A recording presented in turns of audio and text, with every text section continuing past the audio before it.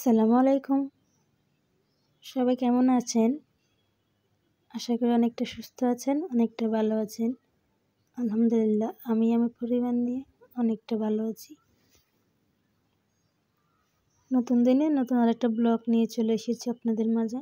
সবাই সাথে থাকবেন। তো আজকের ব্লগটা শুরু করতেছি। সকালবেলা নাস্তা রেডি করতেছি ওখান থেকে।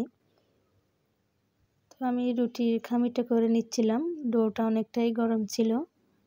তাই আমি একটু মগ দিয়ে করে নিচ্ছিলাম আগে, এত গরমটা হাতে ধরা যায় না।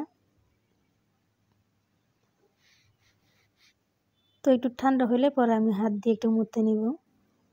তো আজকে প্রায় অনেক দিন পরে ভিডিও নিয়ে আসলাম। আসলে ভিডিও করা হয়নি, মন মানসিকতা ভালো ছিল না। আপনাদের ভাইয়া ট্রেনিংয়ে গেছিলো 3 দিনের জন্য, তাই আমার আর ভিডিও করা হয়নি, কারণ আপনাদের ভাইয়া না থাকলে আমার কাছে ভালো লাগে না। তো আপনাদের ভাইয়া যে কদিন ট্রেনিংয়ে ছিল ওই কদিন আমার শাশুড়ি মাকে এনে রেখেছিল। তো শাশুড়ি মাও ছিল, ঠান্ডাও পড়ছিল এই কদিন অনেক। তো সব কিছু মিলিয়ে আর ভিডিও করা হয়নি, ভিডিও আপলোডও দিইনি। তো যেদিন আপনাদের ভাইয়া আসছে ওইদিনে সকালবেলা নাস্তা বানাচ্ছি, ওইটাই ভিডিও করতেছিলাম। তো আমি একটু লুচি কেটে নিয়েছি, যে কটা রুটি বানাবো ওই কটাই। তো আয়াজ আর আয়াজের বাবা সাদা রুটি খাবে, আমি আবার সাদা রুটি খেতে পারি না। আমার জন্য আমি তেলের রুটি বানিয়ে নিব 2টা, আর ওদের জন্য সাদা রুটি বানিয়ে নিচ্ছি।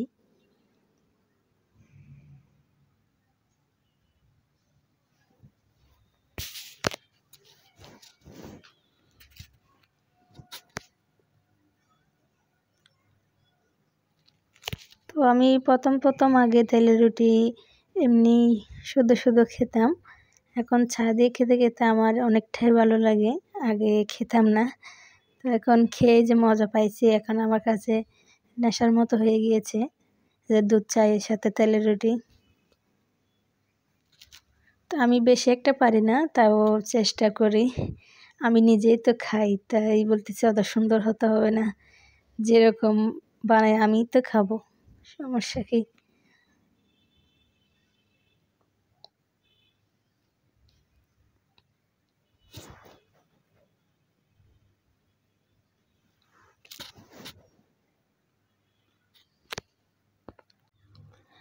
আজকালকার মানুষ কাউকে কেউ বিশ্বাস করতে চায় না। কয়েকটা খারাপ মানুষের জন্য ভালো ভালো মানুষকেও মানুষ বিশ্বাস করে না, যে কোনটা সত্যি কোনটা মিথ্যে। তো জিনিসটা অনেকটাই খারাপ লাগে, কাউকে একটা জিনিস বোঝাতে চাইলে সে বুঝে না। আমরাও কাউকে তেমন একটা বিশ্বাস করতে পারি না। আমি অবশ্য সবাইকে একটু সহজেই বিশ্বাস করে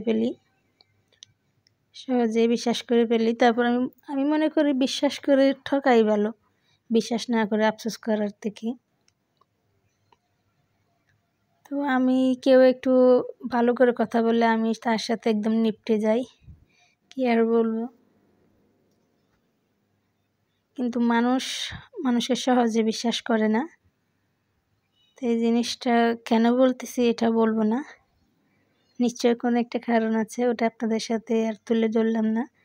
তো আপনাদের সাথে একটু শেয়ার করলাম। তো এদিকে মাংস রান্না করব, মাংস না বেশিরভাগই, আচ্ছা এগুলো হচ্ছে বিয়ে বাড়িতে গেছিলাম, ওখান থেকে আনা হয়েছে, যে আমার শাশুড়ি মা আসছিল না তখন সব নিয়ে আসছে।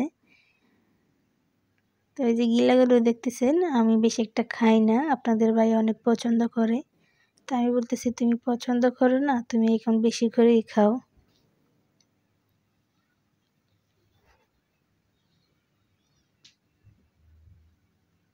তো আমি মাংসগুলো কষিয়ে নিচ্ছিলাম।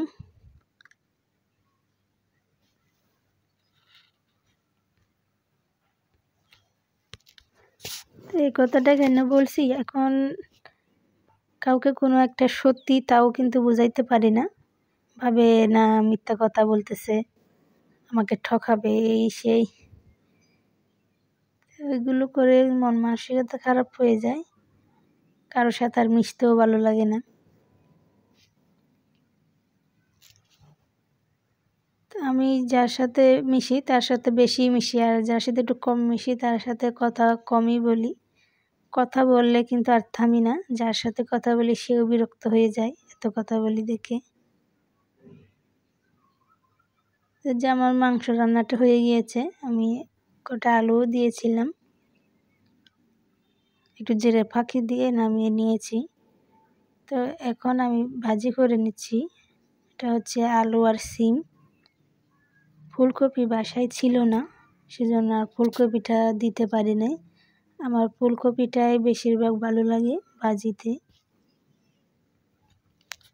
তাই কি করার, যা আছে তাই দিয়ে ভাজি করে নিচ্ছিলাম।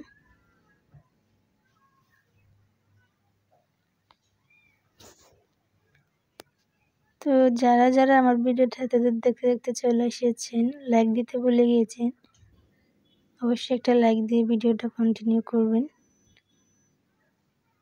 এই যে দেখতেছে আমার ছেলে কোথায় উঠে দাঁড়িয়ে আছে, বেলুন নিয়ে খেলতেছিল। বেলুনগুলো বাতাসে ওদিকে একদম ধরে রাখছে, মনে হচ্ছে কিছু দিয়ে হয়তো বেঁধে রেখেছি, আসলেই না, ওদিকে একটু বেশি বাতাস ছিল, সেজন্য বেলুনটা ওদিকেই আটকা ছিল। তো দেখেন সন্ধ্যাবেলা গিয়ে আবার গাড়ি নিয়ে আসছে দোকান থেকে। তো দোকান থেকে আনছে ঠিকই, কিন্তু আমরা কেউ এটা চালাতে পারছি না, বাবলস বেশি একটা বের হয় না।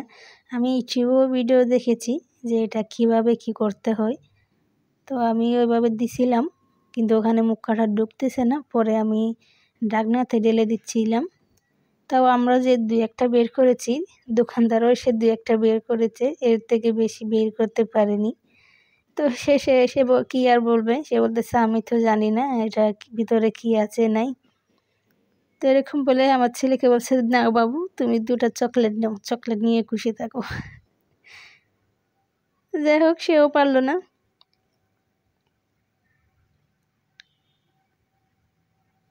আমার ছেলে আবার খেলনার প্রতি বেশি দুর্বল, ও যাই দেখে তাই নিতে চায়। ওকে আমি দোকানের পাশ দিয়ে নিলে আমি লুকিয়ে লুকিয়ে নিয়ে যাই, সব কিছুই জানে নিয়ে আসবে। বাসা ভর্তি ওর খেলনা, ওর খেলনার জন্য আমরা হাঁটা চলাও করতে পারি না, তাই ওর খেলনা আরও চাই। তো যাই হোক, আজকের ভিডিওটা এই পর্যন্তই, সবাই ভালো থাকবেন।